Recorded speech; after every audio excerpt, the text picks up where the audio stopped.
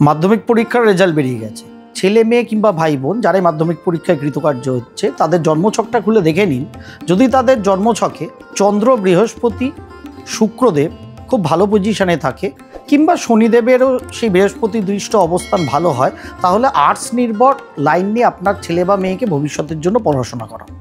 যদি দেখেন আপনার ছেলে বা মেয়ের জন্মছকে শনি, শুক্র, কেতু কিংবা মঙ্গলদেবের অবস্থান যথেষ্ট শুভ অবস্থায় আছে, তাহলে পিওর সায়েন্স নির্ভর পড়াশোনা আপনার ছেলে কিংবা মেয়েকে ভবিষ্যতের জন্য করান। আর যদি দেখেন শুক্র, মঙ্গল, বৃহস্পতিদেবের সঙ্গে রবিদেবেরও খুব বলবত্তা আছে, তাহলে বায়োলজিক্যাল সায়েন্স নির্ভর তাদের পড়াশোনা করান। আর এর সঙ্গে মেন সাবজেক্টে যদি শুক্র, মঙ্গল, কেতুর একত্রীকরণ শনির সঙ্গে থাকে, তাহলে কম্পিউটার সায়েন্সকে জুড়ে দেবেন পিওর সায়েন্সের সঙ্গে ভবিষ্যতে সঠিক দিশা পাওয়ার জন্য। ভালো থাকবেন, এইভাবে বিচার করে জীবনটাকে সঠিক দিশায় এগোবেন। নমস্কার।